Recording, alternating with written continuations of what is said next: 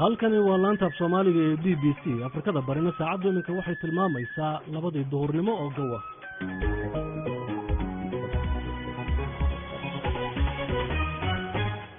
duhur wanaagsan khiyaarta wada naga dhageysanaysa waa khamiis 3 bisha Janaayo qodobada barnaamijka maanta aan idinku haynana waxa kamid ah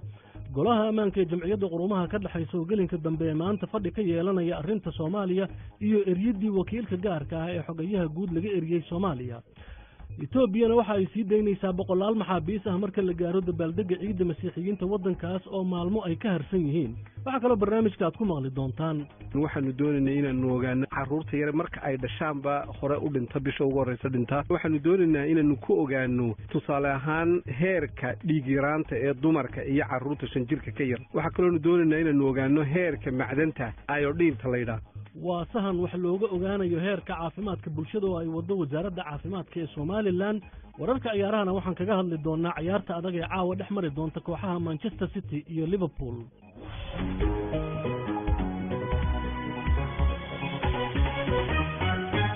duhur wanaagsan marka la dhageystayaal wararkaas iyo qaar kale ayaad nusaaca soo socda ku maqli doontaan barnaamijku isku soo dubiriday Axmed Badar waxaan soo ku bilaabaynaa marka hore wararka caalamka Mucaawiye Maxamed Buraale ayaa noo waramaya mahadsanid Farax Lamaane Shiinaha ayaa qaaday tallaabadii ugu weyneyd oo ku noqonaya mid ka mid ah dalalka horumarada ka gaaray sahanka hawada sare wuxuuna Shiinaha ku dhawaaqay inuu ku guuleystay in dayax gacmeed uu ku daldajiyay dhinaca shisheeye ee dayaxa warbaahinta dawladda Shiinaha ayaa ku warantay in dayax gacmeedka Shanghai uu aroornimadii saaka ku degay dayaxa gaar ahaan hawada aan sahanka loo tagin ee koonfurta Pole Arctican maxkamad ku taalla dalka Saudi Arabia ayaa bilowday maxkamadeynta 12 qof oo la xiriirinaya dilkii wariyihii Sacuudiga u dhashay Jamal Khashoggi dacwadoogaha ayaa soo jeeday codsi ah in xukun dil ah lagu rido 5 ka mid ah dadka looga shakisan yahay inay ka dambeeyeen dilka Khashoggi ayaa bishii Oktoobar lagu dilay qunsuliyadda Sacuudiga oo ku leeyahay Istanbul halkaas oo booqasho ku tagay dawladda Kuuriyada Koonfureed waxay sheegtay in safiirka u fadhiyay Kuuriyada Waqooyi dalka Talyaaniga la waayay meel uu ka baxay isaga iyo xaaskiisa Jo Song-gil iyo xaaskiisa ayaa loo maleynayaa inay ka baxeen safaaradda magaalada Rome bishii November lama oga halka ay jiraan waxaan lagu soo warramay in safiirka Kuuriyada Waqooyi ee wadanka Talyaaniga uu maangeli raadinayo mas'uuliyiinta dalka Talyaaniga waxay sheegeen 2 maleeshiyaad ay isku qarixiyeen dalkaasi xilli maleeshiyaadkii ilaamaha maanka Tunisia uu dagaal dhexmariyay waxay sheegeen kooxda ay dhuumalaysi ku jireen waxaana maleeshiyaadka weerar ku qaadeen magaalada Jilma oo dhacda koonfurta magaalada caasimadda ee Tunis ugu dambeyntiina mas'uuliyiinta dalka Jamhuuriyadda Dimuqraadiga Congo waxay sheegeen in 2 telefishan oo mucaarad taabacsan oo la yiraahdo Canal Congo iyo FM raadiyaha caalamiga ee Faransiiska xilli dalkaasi ay ka taagan tahay xiisad siyaasadeed la xiray warbaahintan ay ku eedeeyeen inay tabinayeen natiijada doorashada kahor natiijada doorashada rasmiga ee guddiga doorashada Jamhuuriyadda Dimuqraadiga Congo la filay in ay shaaca ka qaadaan warkii dunida waa intaas aad ayuu mahadsan yahay Mucaawiye u diyaar garooba qaybaha kale ee barnaamijka aan ku bilaabay golaha ammaanka ee jamciyadda quruumaha ka dhaxaysa ayaa gelinka dambe ee maanta waxa lagu wadaa in kulan ay ka yeeshaan xaaladda Soomaaliya iyo go'aankii ay dawladda Soomaaliya dalkeeda uga ayrisay ergeyga gaarka ah ee xogayaha guud ee qaramada midoobay u qaabilsan arrimaha Soomaaliya Nicholas Haysom fadhiga golaha ammaanka ayaa waxa uu ku soo aadayaa iyadoo uu golahaas xubin ka noqday dalka Jarmalka oo kamid ah dalalkii ku dhawaaqay inay joojiyeen taageeradii ay siinayeen booliska maamulka Koonfur Galbeed ee Soomaaliya sababo la xiriira qaabkii loo maareeyay xariga Mukhtaar Roobow iyo rabshadihii ka dambeeyay ee dhaliyay in warqadda markaasi lagu kala booday uu qoro ergeyga xogayaha guud ee qaramada midoobay u qaabilsan Soomaaliya waxa kale oo kulanka looga arrinsan doonaa taageerada qaramada midoobay ay siiso Soomaaliya warbixin hadaba arrimaha ku saabsan waxa noo diyaariyay Mucaawiye Maxamed Buraale golaha ammaanka ee qaramada midoobay ayaa ka doodi doona sabab horseeday in wakiilka gaarka ee xogayaha guud ee qaramada midoobay arrimaha Soomaaliya laga eriyo dalka iyo qaabka dawladda Soomaaliya ay u martay tallaabadaasi kulanka ayaa waxa soo kale looga hadli doonaa taageerada qaramada midoobay u fiirso dawladda Soomaaliya ama haddii UN-ta ay sii wadi doonto taageerada iyadoo ay jirto tallaabadii ugu dambeysay ku-xigeenka afyeenka qaramada midoobay Farxaan Xaq ayaa sheegay in qaramada midoobay ay baaritaano ku sameynayso sababaha iyo go'aanka dawladda Soomaaliya ay ku ceyrisay Nicholas Haysom wuxuu walaac ka muujiyay habka loo maray in wakiilka gaarka ee xogayaha guud ee qaramada midoobay laga ceyriyo dalka Soomaaliya waxaan la soconnaa xaaladda waxaan isku dayeynaa inaan sharaxaad ka bixinno caddaymaha. waxaan arki doonnaa tallaabada xigta ee nalooga baahan yahay inaan qaadno anagoo eegayna caddaymaha. waxaan eegi doonaa tallaabada aan qaadi doonno, ayuu yidhi Farxaan Xaq. afhayeenku wuxuu sidoo kale sheegay in xogayaha guud ee qaramada midoobey Antonio Guterres uu ka warhayo eryadda Haysom, taasoo kusoo bigantay cambaarayntii weerarkii lagu qaaday shaqaalaha qaramada midoobey ee ku sugan Muqdisho. ku-xigeenka afhayeenka qaramada midoobey wuxuu sheegay in saacadaha nagu soo aadan ay warbixin ka soo saari doonaan dhacdada kadib markii ay soo gebagabeeyaan baaritaanada la xiriira in Haysom aanan la ogolaanin inuu kasii shaqeeyo Soomaaliya. ugu dambeyn Xaq waxa uu sheegay in kiiska Haysom loola tacaali doono dhacdooyinkii dalal kale ay ku soo eriyeen ergey qaramada midoobey matala. aad ayuu u mahadsan yahay Mucaawiye. qodobkaasna dadka ra'yigooda Facebookga kaga soo dhiibtay waxaa ka mid ah xasan dhuux codweyne oo gobolka mudug jooga. waxa uu leeyahay waan soo dhoweynayaa ka doodista qaramada midoobey ee arrimaha Soomaaliya, waayo arrintaas waxa ay xal u noqon doontaa buu yidhi siyaasadda cakiran ee dalka uu ku jiro. waxaana rajaynayaa inay ka soo baxaan tallaabooyin lagu sii wada shaqayn karo. lagama maarmaanna waxa ah buu leeyahay in la helo degenaansho siyaasadeed. xariir maxamed cali waxa uu leeyahay Hargeysa ayaan joogaa. golaha ammaanka ee qaramada midoobey ee gelinka dambe maanta fadhiga yeelanayana waxay ila tahay buu yidhi diiradda inay saari doonaan wixii laga yeeli lahaa ergeygoodii shalay laga eriyey dalka. maxamuud warsame oo gabiley isna ka soo qoray waxa uu leeyahay fadhigaasi saameyn ayuu ku yeelanayaa xiriirka diblomaasiyadeed ee u dhexeeyey labada dhinac, waayo qaramada midoobey waxa furo ay u tahay buu yidhi galaangalka adduunyada ee Soomaaliya. waa hagaag. kuwaasina waxay ahaayeen dadkii ra'yigooda ka dhiibanayay qodobkaas. dhinaca waddanka Ethiopia haddii aanu aadno, dowladda waddanka Ethiopia ayaa waxa ay sheegtay in maxaabiis kor u dhaafaysa 500 ay xabsiyada ka sii dayn doonto. xeer ilaaliyaha guud ee dalka ayaa waxa uu sheegay in 538 maxbuus afis loo fidin doono marka la gaaro dabaaldega xilliga ciidda Christmaska ee dalka Ethiopia oo ku beegan 7 bisha Janaayo. wararka haddaba arrintaas ku saabsan ayaa waxa goor dhoweyd iiga warramay wariye Cabdinaasir Sheekh Maxamed Xikam. faaraxow dowladda Ethiopia waxay cafiday maxaabiis tiradoodu ay dhan tahay 538 maxaabiis. maxaabiistan ayaa sababta loo cafiyey xeer ilaaliyaha guud ee waddankan Ethiopia uu ku sheegay in ciidda Christmaska awgeed ay tahay, laakiin ay tahay arrinta isbedelka guud ee waddanka Ethiopia ka socda. marka waxaana ku jira dad siyaasiyiin hore ahaa baana ku jira maxaabiistan. marka maxaabiistan sidaas ayaa loo cafiyey. waxaa kaloo faaraxow ku jira 26 hooyooyin ah iyo dad waaweyn oo dadoodu 60 sano kor u dhaaftay, isla markaana cudurro waaweyn ay hayaan. waa sida uu xeer ilaaliyuhu carabkiisa ka sheegay. marka dadkan dembiyada ay u xirnaayeen ma la og yahay? 538 maxaabiis dembiye kala duwan ayay ku kala xukunaayeen. sidoo kalena xabsiyada ay ku kala jireen waa xabsiyada deegaanada qaarkood iyo dowladda federaalka xabsiye ay gacanta ku hayso, laakiin dhammaantood dowladda federaalka ayay u xidhnaayeen. dembiye kala duwanna way ku kala xukunaayeen. xukuno dhaadheer oo barhkood dil ahaana way ku xukunaayeen. Cabdinaasir waxaa soo qaaday inay ku jiraan maxaabiista ee hooyooyin xabsiga ku jiray, marka xoogaa taas faahfaahin naga sii bal ma xabsigii intay ku jireen ayay caruur ku dhaleen mise iyagoo xabsiga jooga ayaa caruurtoodana meesha lagula soo xiray? faaraxow 26 hooyooyinkaas uu xeer ilaaliyuhu sheegay ee xabsiyada ku jiray caruurtooda ayaa loo keenay iyagoo dembiyo lagu xukumay. marka caruur ugu yaraan hooyada ugu yarba haysatay ayuu yidhi xeer ilaaliyuhu 1 cunug, inta kalena way kasii badnaayeen caruurta ay haysteen ay iyagu codsadeen in xabsiga loogu keeno. marka hooyooyinka sababtaan gaar ahaan iyaga u wada cafinen waxa weeyaan buu yidhi xeer ilaaliyuhu in caruurtan ay haystaan ay jawi wanaagsan ku barbaaraan, maadaama oo caruurta raggii Ethiopia berri iyagu ay yihiin marka iyagoo cuqdad iyo duruufo adag ku koray oo hooyooyinkood kula koray inayna caruurtani berri wax noqonin baan ugu talagalnay buu yidhi. marka sidaas darteed baana hooyooyinka gaar ahaan u wada cafinay buu yidhi. Cabdinaasir Xikam aad ayuu u mahadsan yahay. goordhowna waxaad maqli doontaan sahan caafimaad oo ka soconaya Somaliland. BBC waxaad ka heli kartaa wararkii ugu dambeeyay ee Soomaaliya iyo caalamka oo dhan maalin walba. sahan xagga caafimaadka ah oo la doonayo in lagu ogaado heerka caafimaadka bulshada ee qaybaha kala duwan ayaa waxa uu ka soconayaa gobollada jamhuuriyadda madax bannaanida iskeed ugu dhawaaqday ee Somaliland. sahanadan caafimaad oo 10 sannadood ka hor ay noocooda kale ugu dambeeyeen ayaa waxaa wadajir u qabanaya wasaaradda horumarinta caafimaadka ee Soomaaliland iyo qaar ka mid ah hay'adaha caalamka ee caafimaadka ka taageera faahfaahinta daba la xiriirta waxyaabaha sida gaarka ah loo doonayo in loo ogaado oo sahankani uu soo saarayo ayaa wariye Cabdullaahi Jaamac waxa uu weydiiyay agaasimaha guud ee wasaaradda horumarinta caafimaadka ee Soomaaliland Dr. Maxamed Cabdi Xergeeye.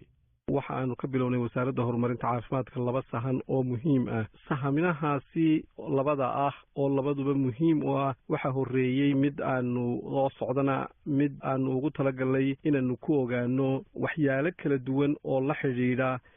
xaaladda hooyada iyo dhallaanka kaas oo aan ku ogaanaynay xaalado badan oo dhaqandhaqaale iyo waxyaalo badan oo ay ku jirto dhimashada hooyada uurka leh dhimashada hooyada ee caadiga ama waxa la yidhahdo maternal mortality-ga waxaanu doonaynay inaanu ogaano carruurta yare marka ay dhashaanba hore u dhinta bisha ugu horreysa dhinta waxaanu doonaynay inaanu ku ogaano xaaladda qoys waliba ama bulsho waliba inta ay goobta caafimaadka ee ay ugu dhowi inta ay u jirto iyaanu ku waxaanu ogaanaynaa oo kale xanuuno kale oo fara badan oo ay ka mid yihiin xanuunada faafa sida TB-dii HIV-gii malaariyadii sida kalena waxaanu ogaynay xanuunada aan faafin ama kuwa la yidhahdo non communicable disease-ka oo ay ka mid yihiin macaankii dhiigkarkii kansarkii waxyaalaha caynkaasa qoysas la soo gudboonaada ayaanu doonaynay inaanu ogaano oo aanu doonaynay inaanu warbixin dhaba oo tafatiran ka helo Xergeeye waxa kale oo uu ka warramay meelaha ay daraasadda ka soo sameeyeen iyo meelaha ay ka samayn doonaan waxaanu ugu talagalay inaanu ka qabanno dhammaan gobolada Jamhuuriyadda Soomaaliland badi imiga gobolada waan ka soo qabanay 2 gobol ee u dambeeya ee Sool iyo Sanaagna waxaanu qabanaynaa bishan haddii alla yidhaahdo oo aanu seerfeeyada ka qabanaynaa runtii markaanu seerfeeyada soo ururino waxaanu helaynaa xog muhiim ah oo ah meel baseline aynu ka duulno oo aynu nidhaahno hooyada dhimashadeedu ama umurraacu waa intaa carruurta yaryare dhimataa waa intaa nafaqadii carruurtu waa sidaa immunizationkii ama talaalkii carruurtu waa sidaa halkaa gobolkaa uu ku yaryahay gobolkaasi waa meel dhexaad gobolkaasi meel wanaagsan buu joogaa yacni waxay noqonaysaa daata ama xog ay hayso wasaaradda caafimaadku oo ay ka duuli karto mustaqbalka marka wax la ballaangaraynayo ama wax la qaybinayo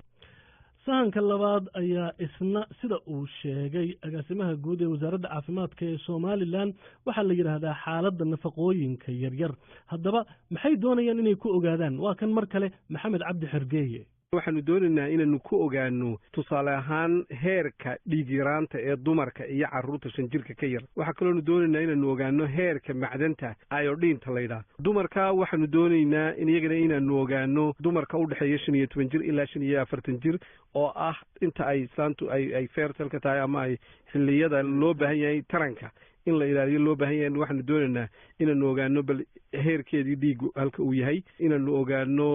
iodine-ta macdanta la yidhaahdo oo muhiim u ah dhalashada ilmaha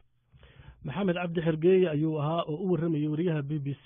Cabdullaahi Jaamac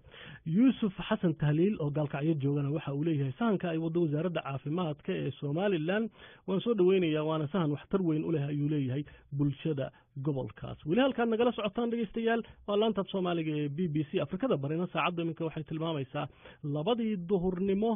iyo qadar 13 daqiiqadood ah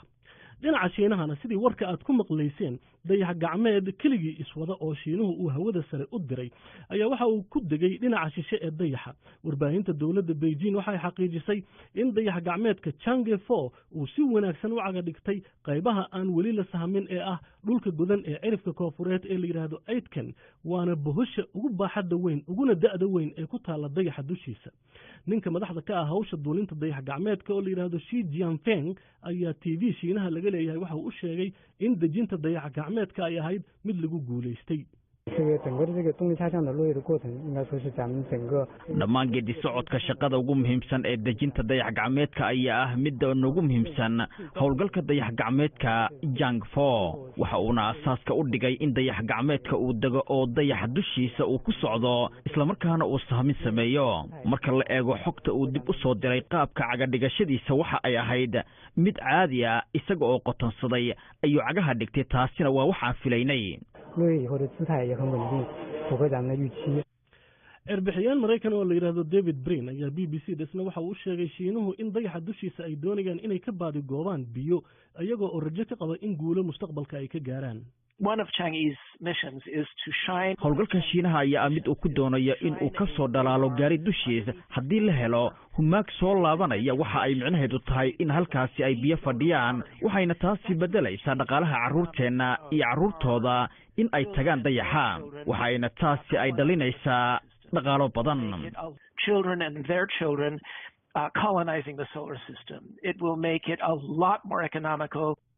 erbixiyeen la yidhahdo david brin ayuu ahaa goor dhowna dhegeystayaal wararkii ciyaaraha ayaa nagu soo maqan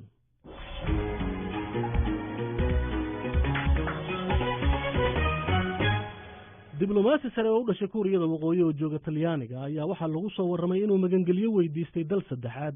hay-adda sirdoonka ee kuuriyada koonfureed ayaa waxay xaqiijisay in la waayey jo song jil oo ah ku-xigeenka safiirka kuuriyada waqooyi u fadhiya magaalada roma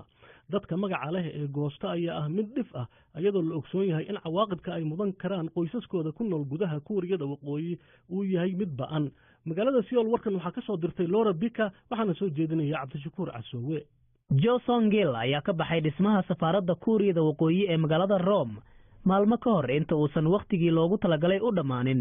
xilkiisii kusimaha danjiraha oo ku ekaa dabeeqadii bishii noofembar saraakiisha hay-adda sirdoonka qaranka ee kuuriyada koonfureed ayaa aqalka koongareeska u sheegay inaysan wax xiriir ah ka helin ninkaas tan iyo xilligaas wixii ka dambeeyey hay-addan ayaan xaqiijinin inuu diblomaasigaas u goostay dal kale laakiin waxay sheegeen oo keliya in mar qura la waayey isaga iyo xaaskiisa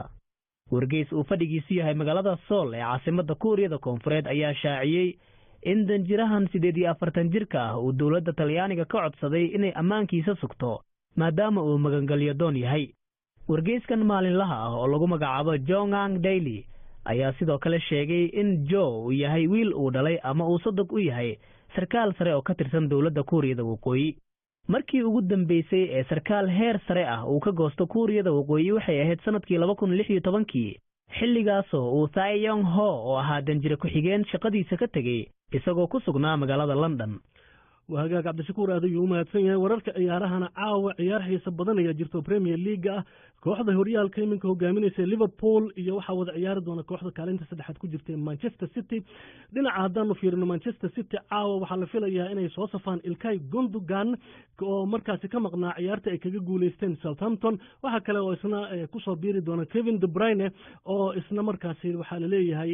ka qayb galay tababarkii kooxda kadib markii muruq uu dhaawac ka soo gaaray laakiin waxa ka maqnaan doona Fabian Delph iyo Benjamin Mendy dhinaca Liverpoolna James Milner ayaa waxa la leeyahay waa ciyaari doona kadib markii laba ciyaarood uu ka maqnaa dhaawac xagga muruqa ah waxa kale oo isna ciyaari doona difaaca dhexda oo aan raade dhinaca bidixda Alberto Moreno oo isna markaasi dhaawac dhabarka ah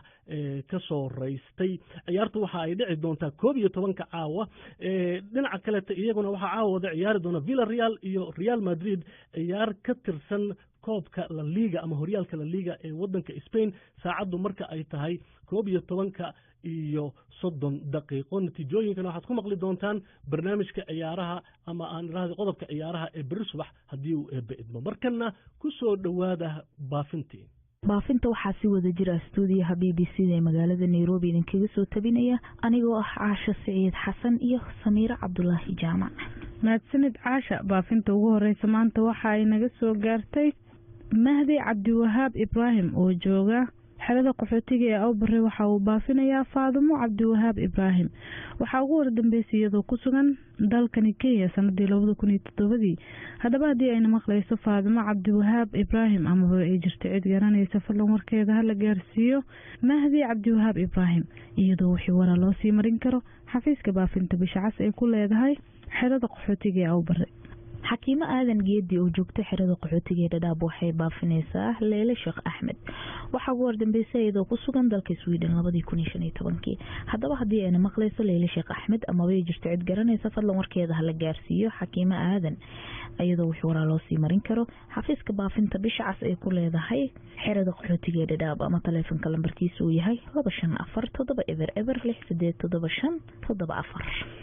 cabdisalaam maxamed haashim oo jooga dalka Itoobiya waxa uu baafinayaa dadka kala ah Ilyas Saalax Cali iyo Muxiidiin Saalax Cali waxaa ugu wardambeysay iyagoo ku sugan dalka ingiriiska sanadii 1985 haddaba haddii ayna maqlayaan Ilyas Saalax Cali iyo Muxidiin Saalax Cali amaba ay jirto cid garanaysa fadlan warkooda hala gaarsiiyo Cabdisalaam Maxamed Haashim iyadoo wixii waraa loo sii marin karo xafiiska baafinta bisha cas ee ku leedahay Itoobiya. cali cabdirashiid cabdiraxmaan oo jooga xerada qaxootiga ee Dadaab waxa uu baafinayaa cabdirashiid cabdiraxmaan dhakhtar waxa ugu wardambeysay isagoo ku sugan dalka Itoobiya 1998 haddaba haddii uu maqlayo cabdirashiid cabdiraxmaan ama bay jirto cid garanaysa fadlan warkiisa hala gaarsiiyo cali cabdirashiid cabdiraxmaan ayadoo wixii waraa loo sii marin karo xafiiska baafinta bisha cas ee ku leedahay xerada qaxootiga ee Dadaab ama telefoonka lambarkiisu yahay 254 luula cabdalla maxamed oo joogta xerada qaxootiga ee Awbare waxa ay baafinaysaa Faadumo Cabdalla Maxamed waxa ugu wardambeysay iyadoo ku sugan dalka Imaaraadka sanadii 1991 haddaba haddii ayna maqlayso Faadima Cabdalla Maxamed amaba ay jirto cid garanaysa fadlan warkeeda hala gaarsiiyo luula cabdalla maxamed iyadoo wixii waraa loo sii marin karo xafiiska baafinta bisha cas ee ku leedahay xerada qaxootiga ee Awbare amaba telefoonka nambarkiisu yahay 2596861656. Faadumo Xuseen Xasan oo joogto xerada qaxootiga ee Dadaab waxay baafinaysaa Daawud Ciise Xaydar waxa ugu wardambeysay isagoo ku sugan dalka Sweden 1991 haddaba haddii uu maqlayo Daawud Ciise ama bay jirto cid garanaysa fadlan warkiisa hala gaarsiiyo Faadumo Xuseen Xasan ayadoo wixii waraa loo sii marin karo xafiiska baafinta bisha cas ee ku leedahay xerada qaxootiga ee Dadaab ama telefoonka lambarkiisu uu yahay 254779265 Ruqayya Cabdiqaadir Xasan oo joogta xerada qaxootiga ee Awbare waxa ay baafinaysaa Ismaaciil Cabdiqaadir Xasan waxa ugu wardambeysay isagoo ku sugan dalka Mareykanka sanadii 1990 haddaba haddii uu maqlayo Ismaaciil Cabdiqaadir Xasan amaba ay jirto cid garanaysa fadlan warkiisa la gaarsiiyo Ruqayya Cabdiqaadir Xasan iyadoo wixii waraa loo sii marin karo xafiiska baafinta bisha cas ee ku leedahay xerada qaxootiga ee Awbare amaba telefoonka nambarkiisu yahay 2519 Cabdi Liibaan Guure oo joogo xerada qaxootiga ee Dadaab waxa uu baafinayaa Najma Cabdi Liibaan waxa ugu wardambeysay iyadoo ku sugan Kenya 1991 haddaba haddii ayna maqlayso Najma Cabdi ama bay jirto cid garanaysa fadlan warkeeda hala gaarsiiyo Cabdi Liibaan